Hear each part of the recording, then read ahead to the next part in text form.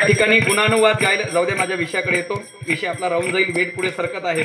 छत्रपती शिवाजी महाराजांसारखा पुण्यशील राजा या महाराष्ट्राच्या मातीमध्ये जन्माला आला. याला खरी पुण्यई कोणाची असेल तर मा जिजाऊची पुण्यई आहे.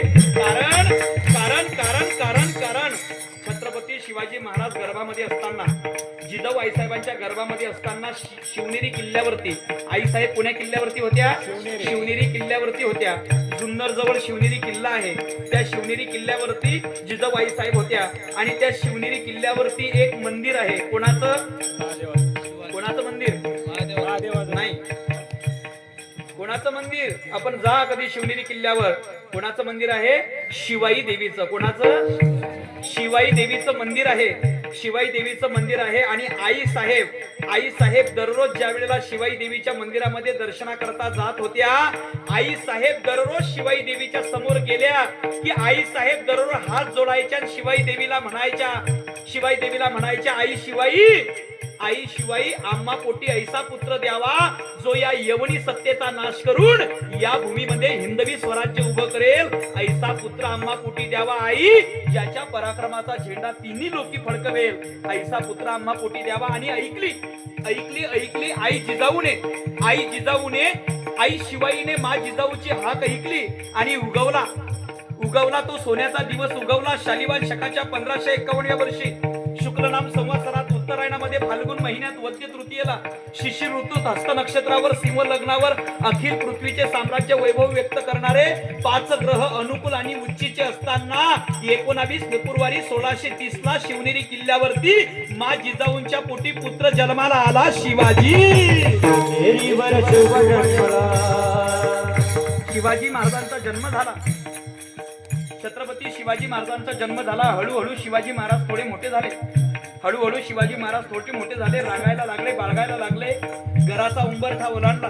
1 वर्षाचे झाले, 2 वर्षाचे झाले, 3, 4, 5, 6, 7, 8, 9, 10, 11, 12, 13, 14, 15, 16 वर्षाचे झाले. आणि वयाच्या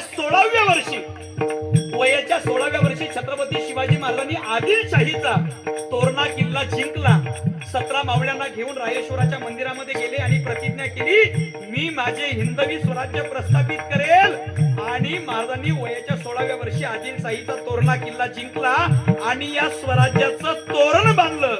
कारण आज्ञा होती मा जिजाऊची. आज्ञा होती माझी जाऊची, शपथ घेतली स्वराजाची. आज्ञा होती माझी जाऊची, शपथ घेतली स्वराजाची. धर्म शिक्षणाची जगद्गुरु तुकोबाजी. प्रतापगडाच्या पायथ्याची तोरण बांधले राजाचे. या तोरणा गडाला तो बापाचा बापा वागजुबा जन्मला. तो बापाचा बापा वागजुबा जन्मला.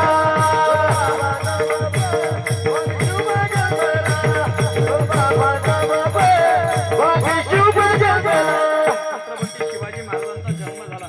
शिवाजी महाराजांनी तोरणा किल्ला जिंकून स्वराज्याचं तोरण बांधलं. जिजाऊ आईसाहेबांनी शिवाजी महाराजांच्या एका हातामध्ये तलवार दिली, एका हातामध्ये शस्त्र दिलं, दुसऱ्या हातामध्ये शास्त्र दिलं. आणि शिवाजी महाराजांना सांगितलं की शिवबा, हातामध्ये शस्त्र घेऊन तुम्हाला फक्त राजा होता येईल, पण आदर्श राजा नाही. आदर्श राजा होण्याकरता हातातलं शस्त्र कसं, कुठं, केव्हा आणि कशा करता चालवावं याकरता जो दुसऱ्या हातामध्ये शास्त्र घेत असतो तो आदर्श राजा होत असतो. म्हणून माझ्या छत्रपती शिवाजी महाराजांनी एका हातामध्ये शस्त्र घेतलं, दुसऱ्या हातामध्ये शास्त्र घेतलं आणि शस्त्र आणि शास्त्र घेऊन स्वराज्याची शपथ घेतली आणि तोरणा किल्ला जिंकला. जिजाऊ आईसाहेबांनी सांगितलं की आता फक्त शस्त्र घेऊन शास्त्र घेऊन चालणार नाही, तुम्हाला हाती तलवारही घ्यावी लागेल. हाती घेतली तलवार, केला दुष्टाचा संहार. त्या अफजल्याचा कोथडा त्याने काढिला बाहेर. प्रतापगडाच्या पायथ्याशी आहे कबर साक्षीला. प्रतापगडाच्या पायथ्याशी आहे कबर साक्षीला. तो बापाचा बापा वागजुबा जन्मला. तो बापाचा बापा वागजुबा जन्मला.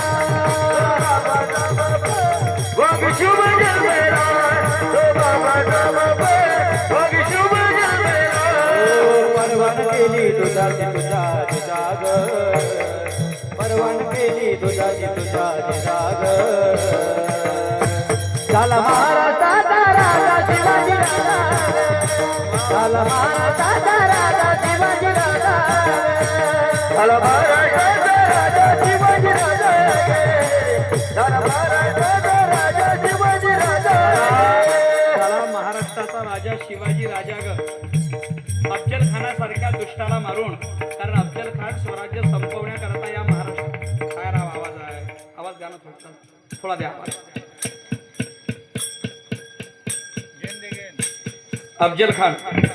अफजल खान या स्वराज्याला संपवण्याकरता महाराष्ट्रामध्ये आला हरे रंग का सपना पाला आया था अफजल इस माती में छत्रपति ने घुसा दिया भगवा उसके छाती में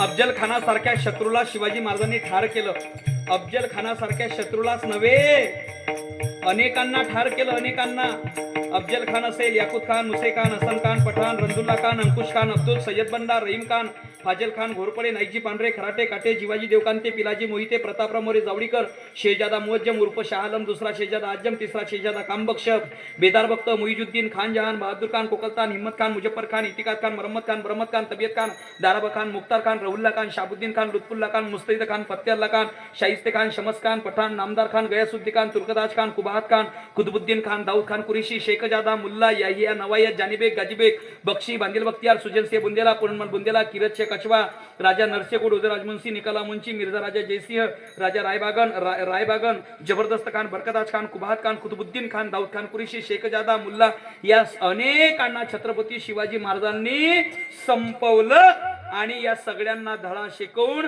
6 जून 1674 ला माझा राजा रयतेचा राजा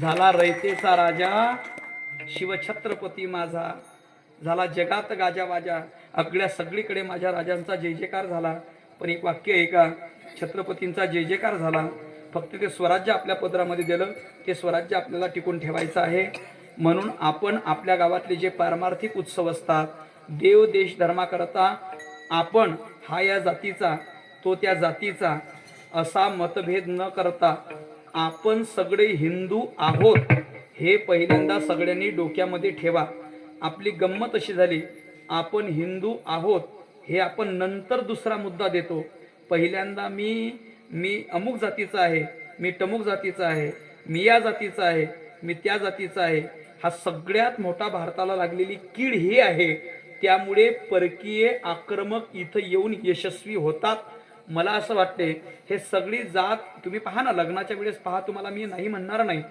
पण देव देश धर्माकरता पहिल्यांदा मी हिंदू आहे आणि नंतर मी कोण्या जातीचा आहे पहिल्यांदा गर्व से कहो हम हिंदू है दादा मुस्लिमाच्या कोण्याच पोरायला मी काय बोलतोय का मुस्लिमाच्या कोण्याच पोरायला ते गोल टोपी घालायला लाज वाटत नाही त्यांच्या कोण्याच पोरायला त्यांचे कपडे घालायला लाज वाटत नाही मस्जिदमध्ये नमाज पाळायला त्यांना कुठलाच कमीपणा वाटत नाही पण आज हिंदू धर्मातले बरेच पोरं असे आहेत 10वी 12वीच्या पुढे शिकले की त्यांना मंदिरात जाऊन नमस्कार करायला लाज वाटते आई बाबाचं दर्शन करायला लाज वाटते कथा कीर्तनात यायला लाज वाटते मला असं वाटते तुम्ही ख्रिश्चन धर्म पहा मुस्लिम धर्म पहा त्यांना त्यांचं धर्माचं अनुकरण करत असताना कुठलाच कमीपणा वाटत नाही मस्जिदमध्ये झाडू घेऊन झाडू पोछा करण्यामध्ये त्यांना कुठलाच कमीपणा वाटत नाही मग आपल्याला या मंडपामध्ये सेवा करत असताना कोणता कमीपणा वाटला पाहिजे आणि जर इथं सेवा करत असताना आपल्या मंदिरामध्ये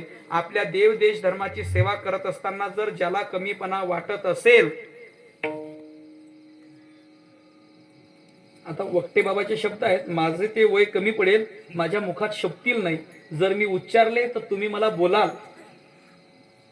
पण वक्ते बाबा म्हणायचे